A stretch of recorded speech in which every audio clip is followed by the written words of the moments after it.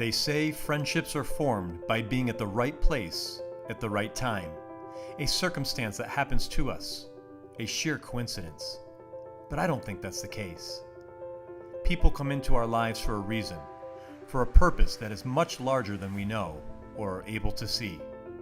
Friendships are the essence of connection. They are the links that make us stronger as individuals and collectively together. Yet it's how we choose to build those friendships, those relationships and bonds that can prosper into something incredibly special over the course of time. My name is Roger Brooks. I do not take friendships lightly. I have made many friends over the course of my lifetime, some more recent, but many that date back to my childhood and high school years. As part of my mission to raise global consciousness, I'll be sharing many of my friends' stories with you here. How could I not? These incredible people have not only made a profound impact on my life, but they are making an impact on countless others, and in the process, are changing the world. Their stories will challenge you and your thoughts and will make you look deep within yourself, which just may empower you to make modifications in your own life and a difference in the lives of those around you. What started out as a hobby has quickly turned into my life mission. Join me on this journey to help make the world a better place.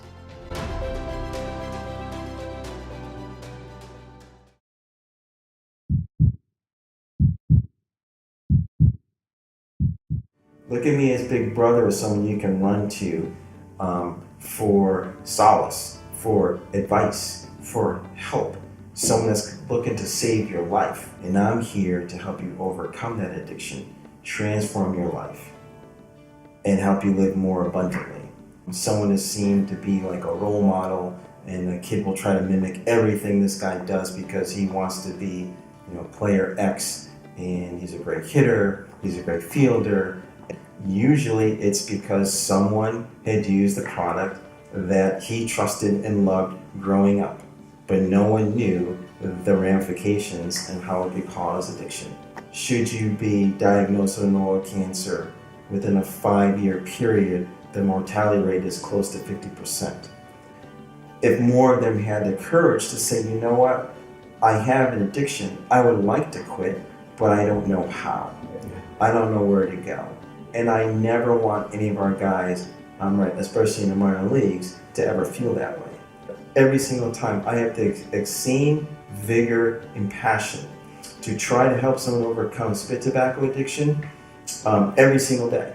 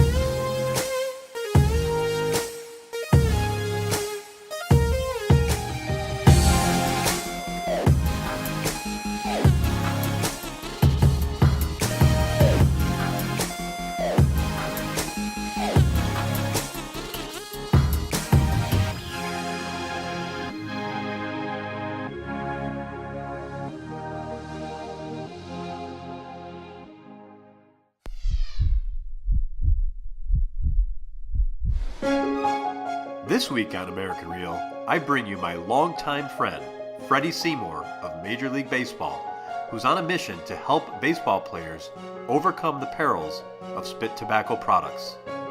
Freddie's message is powerful and positive, encouraging young players that they can overcome addiction as he helps them strive to make healthy life choices.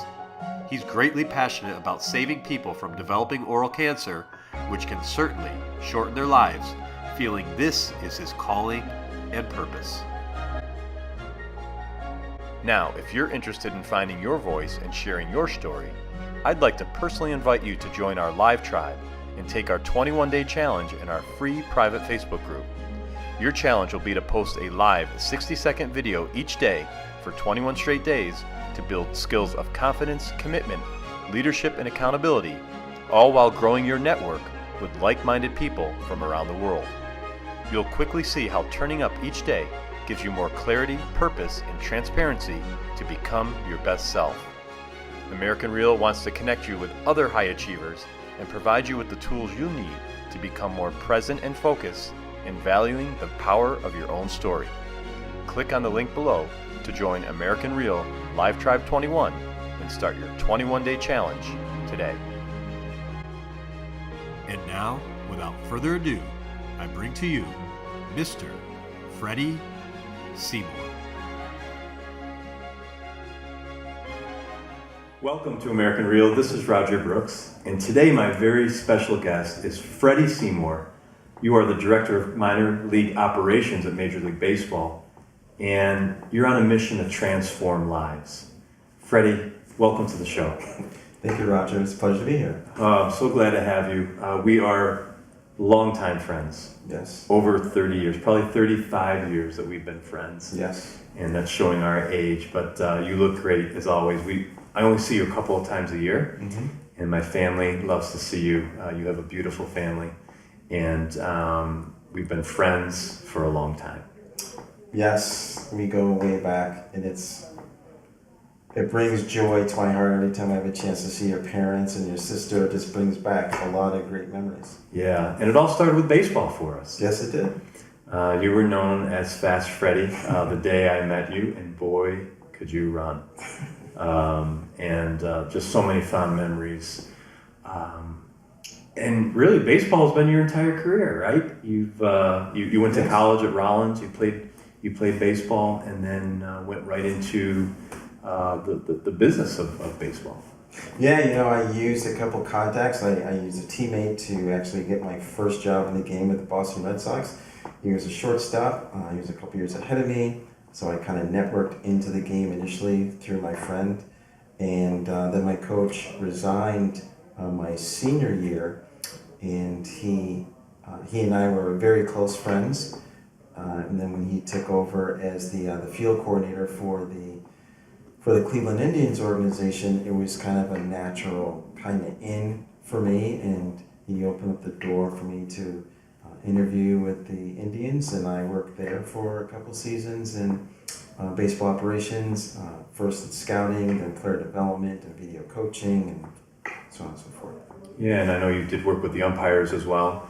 Once you got to Major League Baseball, is that right? Correct. My first role at the commissioner's office was working with the minor league department. So I was keeping track of all like the minor league transactions. That could be a transfer from one city to another. So Binghamton, Las Vegas, to give you a perfect example. Players that go on the disabled list, go on the restricted list. Anything that happened to do within the industry, a player move, I was the one that was going to approve those moves. Awesome. Well, look, I don't know if I ever told you this, but you are one of my favorite people in the whole world. We have a deep friendship. We've always had that, but I care so much about you, and I learned something new just before we went on, and that is that you want to transform lives, that you are transforming lives, and that's what I'm trying to do here at American Real. So our tagline is "Everyone has a story." I thought it was really important while you were in town to be able to share your story, and I appreciate you sitting down. But I know there's something specific today that you would like to discuss that's near and dear to your heart, and that's your advocacy here for those, especially sports players, baseball players who are using tobacco products. Yes. Yeah, well, to transform a life is, I view that as a calling.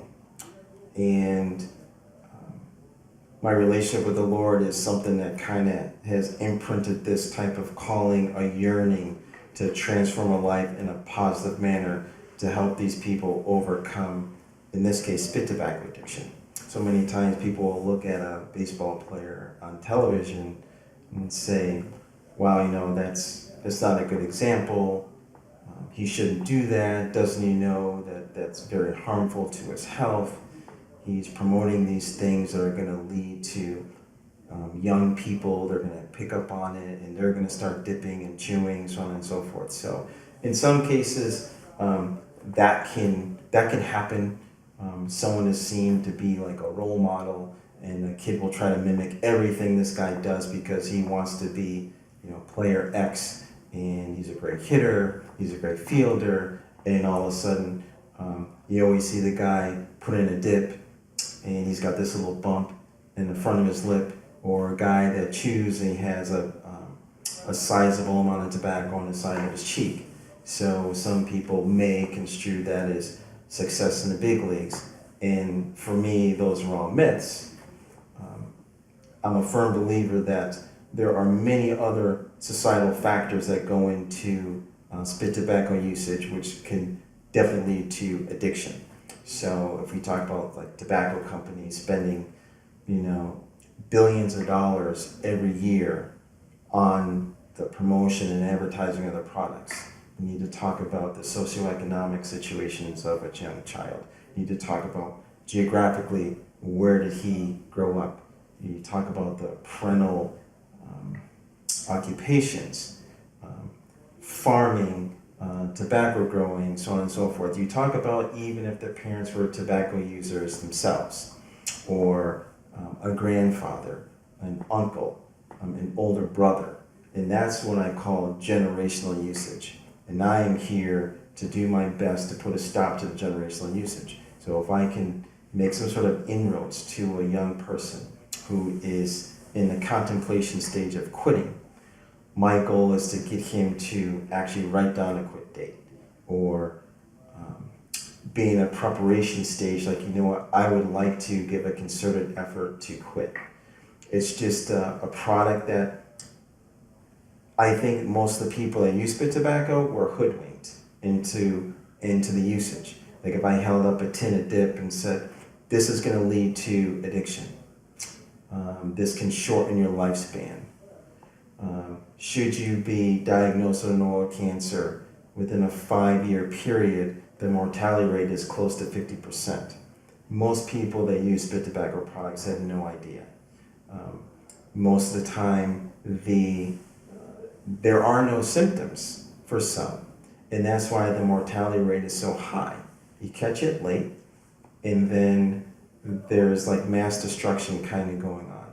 And they tell people that it is a very destructive and possibly devastating practice. Destructive because spit tobacco can destroy your oral cavity, and devastating because it could lead to a premature death. Wow. So you talked earlier on about your calling, and that this is part of your calling to transform lives.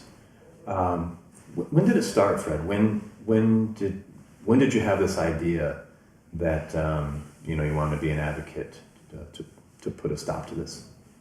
Well, I think way back in the day, I was blessed with the ability to run a little bit, and I had a little bit of talent in the area of athletics, and I just so chose to play baseball. And I don't think that was not by design by the Lord to give me that opportunity and to kind of bless me with the ability to connect with people in a loving fashion, in a non-judgmental way. So they don't feel alienated by the words that I'm imparting upon them, the knowledge that I'm imparting upon them. I went to college to go into child psychology. That's what I really wanted to be.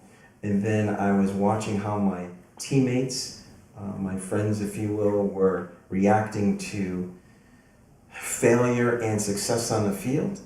And I just observed them. I watched how they handled it. Like my best friend on the team, if he didn't knock in a run with less than 2 outs, we'd get back home and he wouldn't eat. And I would look at him like, gosh, man, you have a really high expectation to succeed every single time you're at the plate, which is a wonderful expectation. I have the same type of expectation. I know I can't save everyone's life. I know I'm not going to be able to reach everyone and free them from the bondage of addiction. However, I'm going to try. And that calling gives me that energy to fight for something like that every single time. I have the same vigor and passion to try to help someone overcome spit tobacco addiction every single day. So in fact, I was speaking to a young friend here last night, and I asked him, how long have you dipped? And he told me for 30 years. Now, this is a younger person, and he's dipped his almost entire life. And we got into some of the factors like why he started using. And again, usually it's because someone had used the product that he trusted and loved growing up, but no one knew the ramifications and how it could cause addiction. And I told him, you probably can't quit since you've been using for 30 years. He goes, Freddie, I can't. So I was trying to educate him on the perils of using spit tobacco products. And in the program that I set up, the cessation and education program. So I'm just trying to instill the same type of passion and vigor and desire to help him as I do with every other minor league player, manager, or coach I speak to during the course of the season. Awesome. So let's talk about that program. Could you give us some details around it and why or how you feel it can help change someone's mindset to give them the strength to quit? Well, I don't have a PhD in like an addiction counseling.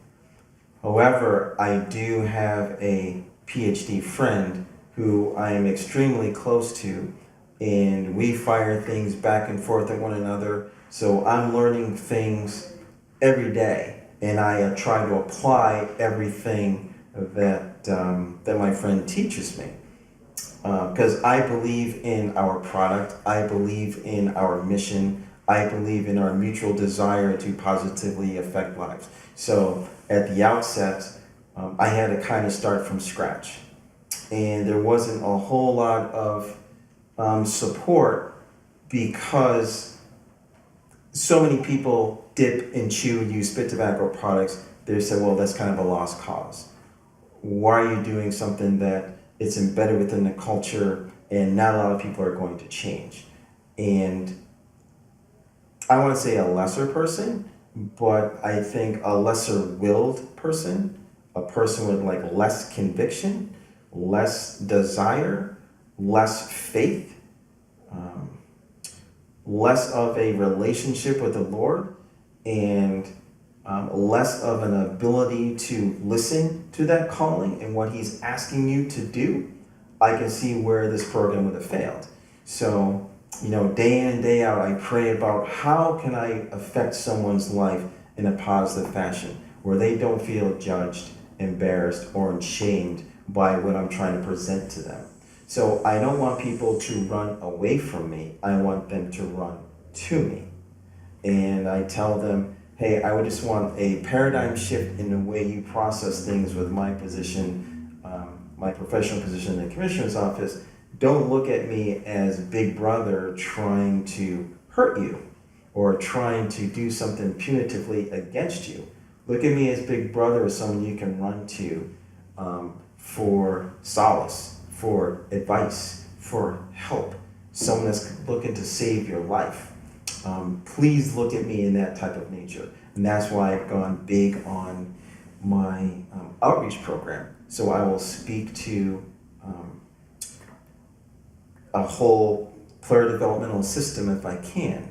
And I tell them the most important piece of a minor league tobacco violation isn't the violation itself. It's the person that committed the violation, because we may be dealing with addiction.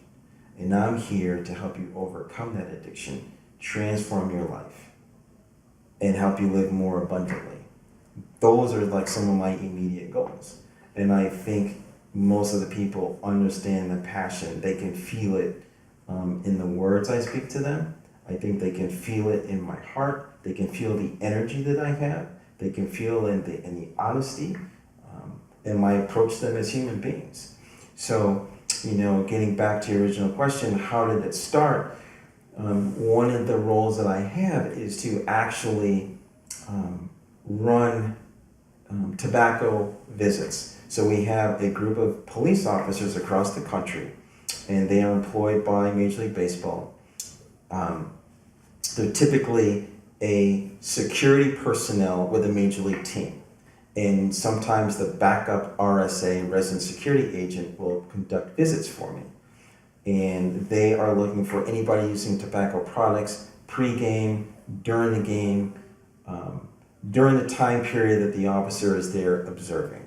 And I tell them, please try to get there an hour or 2 hours prior to game start, because I want you to see them in their natural environment. I want you to view them as they would naturally go about their business, their daily programs, their daily behaviors, practices, because they're going to be free with you then, and that's the most likely time you're going to see them using. And I always tell people, users use. So anyone that has any type of an addiction, unless they get specific help, counseling, a support group situation for continued support after they're able to overcome an addiction, then they're consciously not working a specific program to make sure they don't use anymore.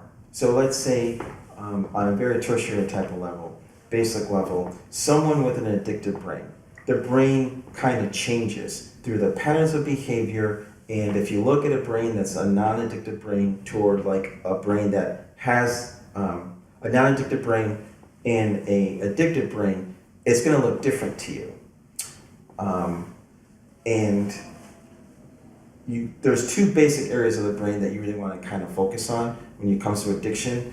The frontal cortex tells you it's gonna reason with like morality, sound judgment, making wise decisions. So let's say you got a substandard grade on a paper. You're in disagreement. You're not going to walk up to the professor and slap the professor and say, hey, why did you give me this grade? You have better sense than that. But your frontal cortex is where it's like, you don't do those types of things. Or, you don't throw out, your mother makes you a nice meal. You don't like the taste of it, so you throw it on the floor. Those are just respectful things you don't do. Now, an addictive brain is only concerned about survival. So then the drug of choice, alcoholism, so on and so forth, that is equivalent to survival. So alcohol equals survival. Spit tobacco equals survival. If the person isn't getting these substances, then they're going to have a tough time rationalizing surviving. So that is pretty much what you're looking at in addiction. So just because the person plays baseball doesn't mean he's not battling some of these same types of things. It's somewhat of like a diseased brain. It's been worked over and over and over and over to the point where the body becomes physically addicted to something and as well as psychologically addicted to something. So I'm here to kind of break down some of the myths that you don't need to use spit tobacco products. This is not a performance enhancer. For people that have circulatory issues, tobacco is a kind of vasoconstrictor. What I mean by that is it makes the blood is not as freely flowing in your body because of tobacco use, frequent tobacco use. So I tell these guys, you're not playing tiddlywinks out there. You're going out there as a pitcher, battling hitters, trying to get them out. You're going sometimes max effort. You're doing everything you can do to get these guys out, and you want to get back into the dugout. The same thing for hitters. Position players are going to play really hard. They're going to swing sometimes, hopefully effortlessly, and the ball will travel. You don't want to be tense and everything, but they're going to slide really hard. They're going to make diving plays. They're going to make a play in a hole and come up gunning and try and get the guys out. They're going to play the game extremely hard because they're competitive individuals. So when that happens, there's natural wear and tear in your body. So you can have UCL injuries, which would lead to a Tommy John surgery for pitchers and sometimes position players. You have ACL injuries, you can have shoulder injuries, so on and so forth. So if you're using a tobacco product, again, as a vasoconstrictor, it's going to slow down your ability to heal. Yeah, and you're at an immediate disadvantage, right? Absolutely, but most of these guys don't know that, one, but they're also addicted, so they want to go through a cessation program. Right. I let them know that it can cause heart disease, it can cause stroke, it can cause a number of bad things that can happen. So, for instance, people use spit tobacco products as a stimulant, for the stimulant property. So they'll take long road trips and they'll throw in a dip, or they'll throw in a chew. So what happens is when you frequently use tobacco products, even combustible smoking cigars, so on and so forth, your body in your eye produces a chemical called rhodopsin. And what happens is after a certain period of time, if you keep using frequent usage and addiction to tobacco products, your body's going to stop producing the chemical rhodopsin. Well, rhodopsin is crucial in your ability to see at night. So you have people that are using these products, driving long distances in the evening, but they don't realize that they are creating a big time vision deficit by using the tobacco products. So those are some of the things I try to teach people about using these products. Yeah. So tell us about the cessation program. So the cessation program, it was, again, minor league tobacco products are prohibited in the minor leagues, okay? So I didn't want to have a strictly punitive program. For me, that's a one-way program. You catch people and then you make them pay a fine and they can continue to use. So then we went to a place where it was more cessation-based. I was always of the opinion to help someone get through the cessation process to overcome addiction. That was always my number one goal. It was my number one passion. It was to try to help someone. And that's pretty much what I've always lived by. So for me, it's very invigorating when I have an opportunity to speak to someone. I get an email or a phone call or photographs from an RSA, and they show me someone that was using spit tobacco products. Obviously, they're in violation of the program. So I don't want to say I get giddy, but I get very excited about the opportunity to speak to someone to try to help them overcome this addiction. Now, you're going to run the full gamut of emotions. Sometimes this is the very first time someone's ever been spoken to and questioned about their addiction. And some people are like, I love to use spit tobacco products, but all they're talking about is like the dopamine, that chemical that runs in your brain. That's something like a runner's high, or you have a nice workout and you're feeling like really great. There's chemicals going off in your brain. And then there's another chemical called glutamate, which kind of presses down, or it wants your body and your brain to memorize this particular feeling. And that's the general great cessation that some of these people talk about. So you may hear smokers, I love to smoke. And that's kind of what they're talking about, that physiological kind of high that they're getting. I will try to educate these guys on why they may feel that way. And then you get the guys that are devout users. I love to use, I'm 18 years old, I'm 21 years old, who are you to tell me that I can't use? And I agree with them. I'm not someone to tell you that you cannot use spit tobacco products. However, my position tells me I must enforce this particular policy during the confines of the game. If you're away from the ballpark in your homes or in your hotel rooms or wherever, that's on you. Like you said, you're a grown man, you can do what you need to do. I wouldn't be worth my salt if I didn't tell people about the ramifications for the use of spit tobacco products. So I have this obligation, this calling again, if you will, to try to help someone. And then you have some people that are like, Freddie, I was using and I wanted to quit for a long time. I'm happy I got caught. How can you help me? And I love that call. The best calls are the ones that are unsolicited, where a player will speak out to their employee assistant program director with the club and say, I want to rid this from my life. Can you help me? Call Freddie Seymour at the commissioner's office. Here's his number. I love that call and I rejoice over it. And I also rejoice when a guy has quit and stayed quit, and I have a person whose 1 year anniversary is actually tomorrow, Mother's Day. Wow. So I will be sending him a text to congratulate him on being 1 year spit tobacco free. Now, had we not developed this program, that would not be a reality. He would still be using freely, and he may be passing that on to his sons or his nephew or another friend. So that's why it's really important to try to stamp out this systemic usage in certain families. I want to stop the generational usage. That is like my ultimate goal. Most people don't understand that because I'm dealing with a one-on-one person. But I know that if you were to extrapolate out years, generations, I'm going to positively affect many other lives than just this one. It's great stuff. There's a ton of awareness about, the effects of smoking. I don't necessarily see the same with, is that just me? You're correct. You're correct. I was looking all around for, spit tobacco education and cessation programs, and there wasn't anything out there. So I thought that, what? If there isn't anything out there, why don't I create something? Now, it's been a huge undertaking, but it's extremely fulfilling to know that last year we had 22 people go through our program, and 18 out of those 22 individuals are now spit tobacco free. And we kind of use as a baseline, if this person hasn't used for 6 months, that's kind of our baseline to say, okay, this guy seems to be on the road of being tobacco free. We've had people with years of usage, one person over 30 years usage, and he's been quit for like a year and a half. And then we have some people that have used for, maybe since high school. So that's probably like 5, 6, 7 years under his belt at this point.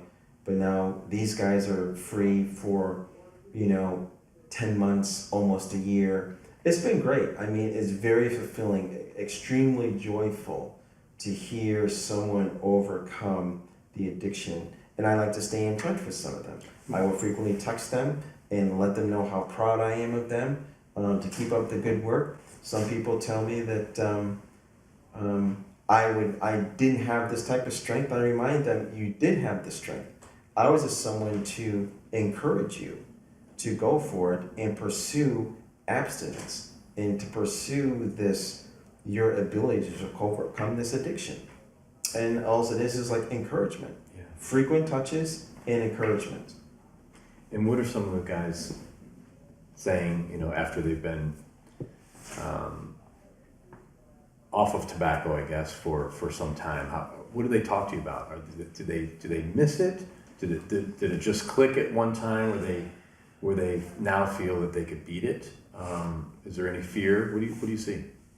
Well, most of the people that I speak to directly about it, it's they're overjoyed to have like this burden off of their back. Really, to be honest with you, because to be frank, their wives don't like it, their girlfriends don't like it, their mothers don't like it, their grandmothers or sometimes their fathers don't like it.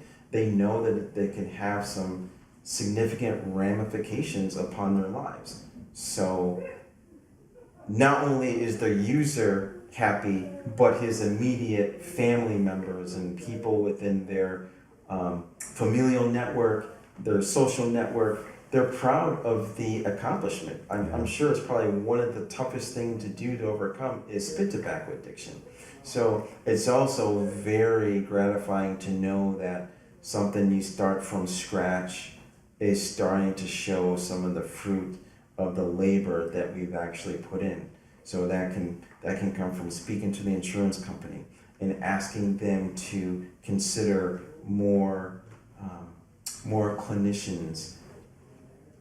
When we first started, we had a doctor, an osteopath, a registered nurse, and certified registered nurse. Those were the only types of individuals that could have offered treatment in this area of spit tobacco addiction. And a lot of times an MD will refer someone out that's a tobacco treatment specialist to help one of their patients. So I would question, but I hit it hard every day. Strong conviction. Well, what about counselors that deal with addiction?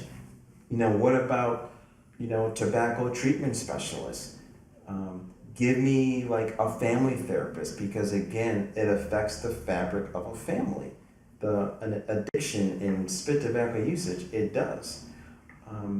Tell me about a number of other types of individuals that deal with addiction. Why can't they be added to our consortium? I would hammer it over and over and over again. And I have a good friend who helped me kind of navigate through some of those waters, and bang, it kind of came to fruition. It took about a year, but some of the people finally started to listen, and I opened up the door to a wonderful, wonderful person in the state of Minnesota that really helps us. So we have English speaking clinicians, we have Spanish speaking clinicians, and it's just it's a wonderful thing, Roger. I wish everyone had the opportunity to enjoy this type of feeling. You know, I think of one of the quotes from Jackie Robinson, and I'm going to paraphrase this because I know I'm going to probably butcher it, but basically he was saying, you know, a life is not important except in the impact it has upon other lives. And that's my intent, is to have such a strong influence and impact on someone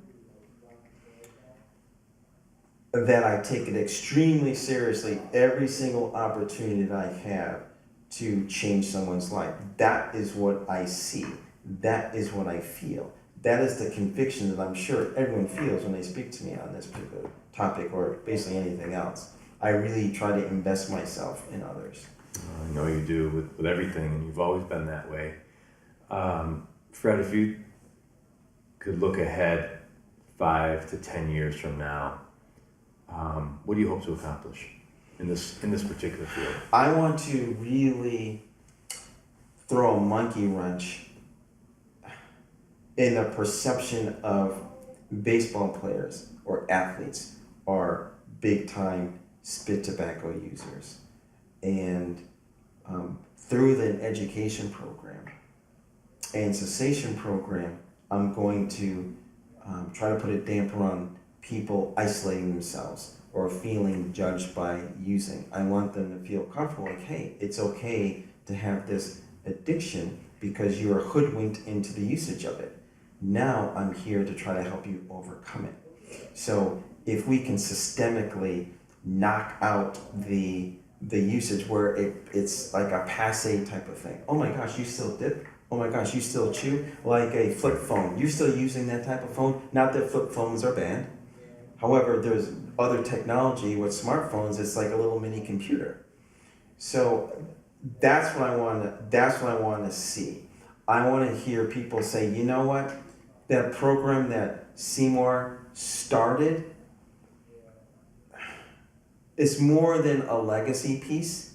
It's more of, gosh, we did something to positively affect not this one guy, but future generations. So that is to answer specifically 5, 10 years down the road. Because if I can get this one guy to quit and overcome the addiction, then he doesn't use when he has children, or he's not using when he's doing a baseball clinic in his home, so on and so forth. And we, again, systematically knock down the usage of guys using, because a lot of amateur people unfortunately use a product, but they're not all going to play collegiately. They're not all going to play in the professional ranks. So right now, I'm able to reach out to and positively affect the kids that are in minor league baseball or affiliated baseball. So one other thing I like to do are PSAs, public service announcements, with well-known, famous, illustrious people like yourself, Roger Brooks.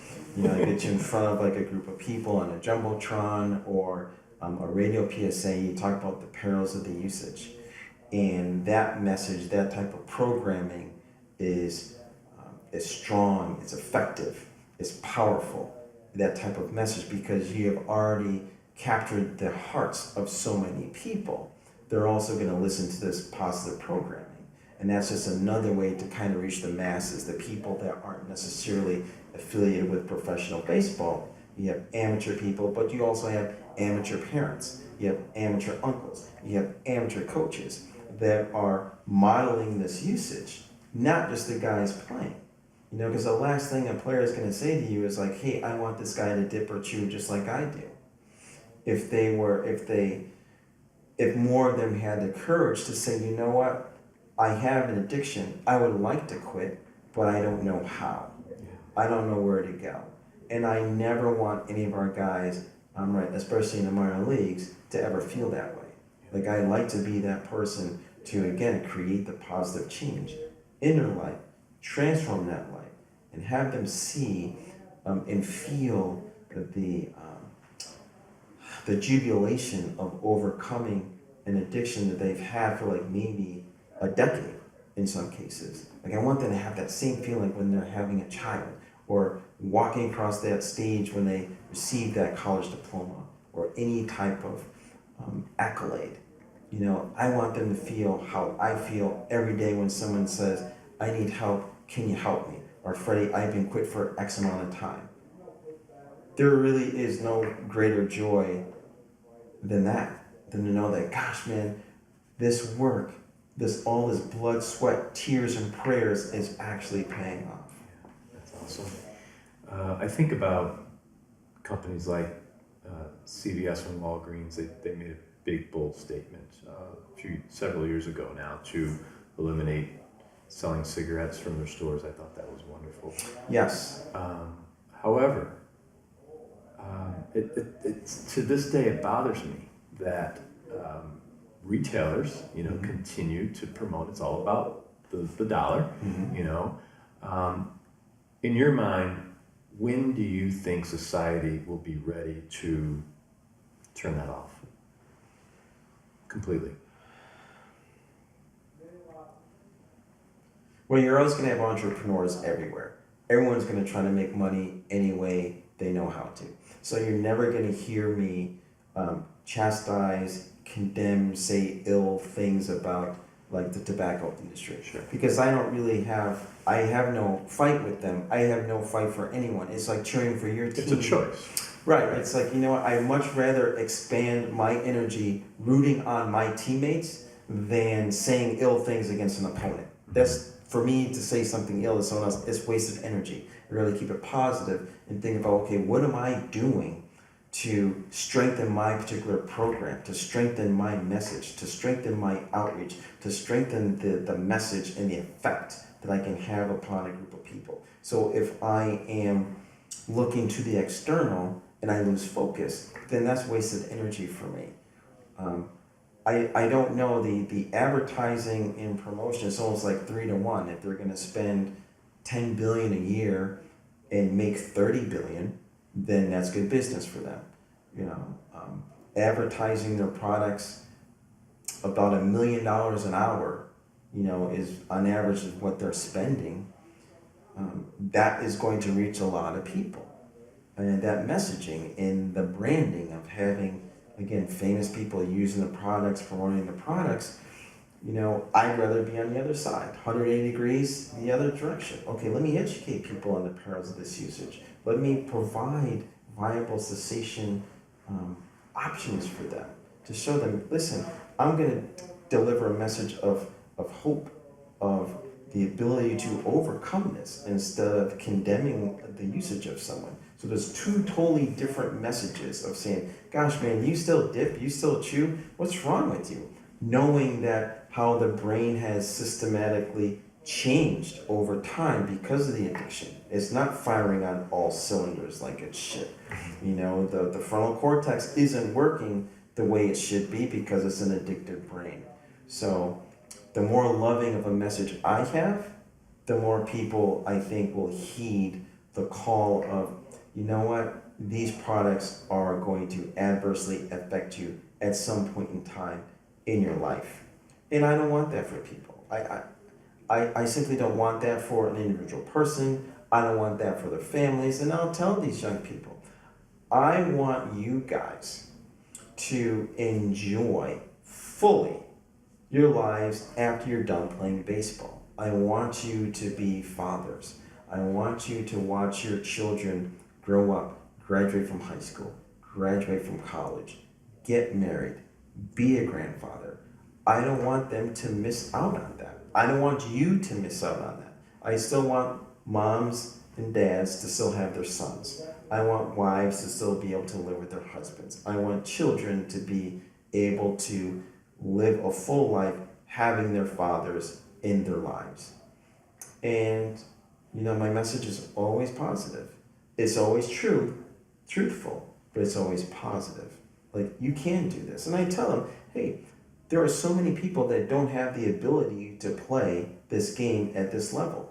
And for you guys to make it to the big leagues, you're showing not only the ability to play the game athletically, but you have superior minds as well. So if I know that going in, then I know you guys can definitely overcome this addiction. Yeah, that makes a lot of sense. Wow, what an education. I've learned a lot today, sitting down with you in this short time. I did want to ask you though, Fred, before I let you go, is we talked about kind of your 5 to 10 year, goal. What are you hoping, long term, for your legacy on this and in life in general? You talked about transforming lives. I love that. What do you want your legacy to be?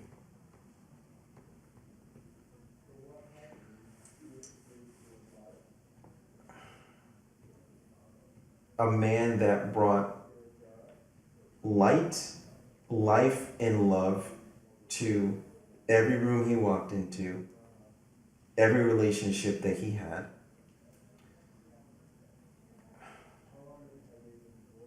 Someone that brought a smile upon the face, that warmed the heart,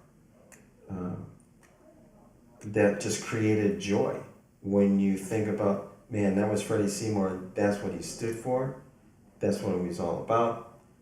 Strong faith in the Lord, strong relationship with Him, and it spilled over into his everyday life and actions. I think that's a pretty good life if I'm able to do that. Where the Lord says, son, well done. Awesome. Freddie, thanks so much for being here. Wonderful message. We're going to get this out to as many people as we can. And it's just a joy to be your longtime friend. And thanks for everything you do. My honor, Roger. Pleasure to be here. Thank you.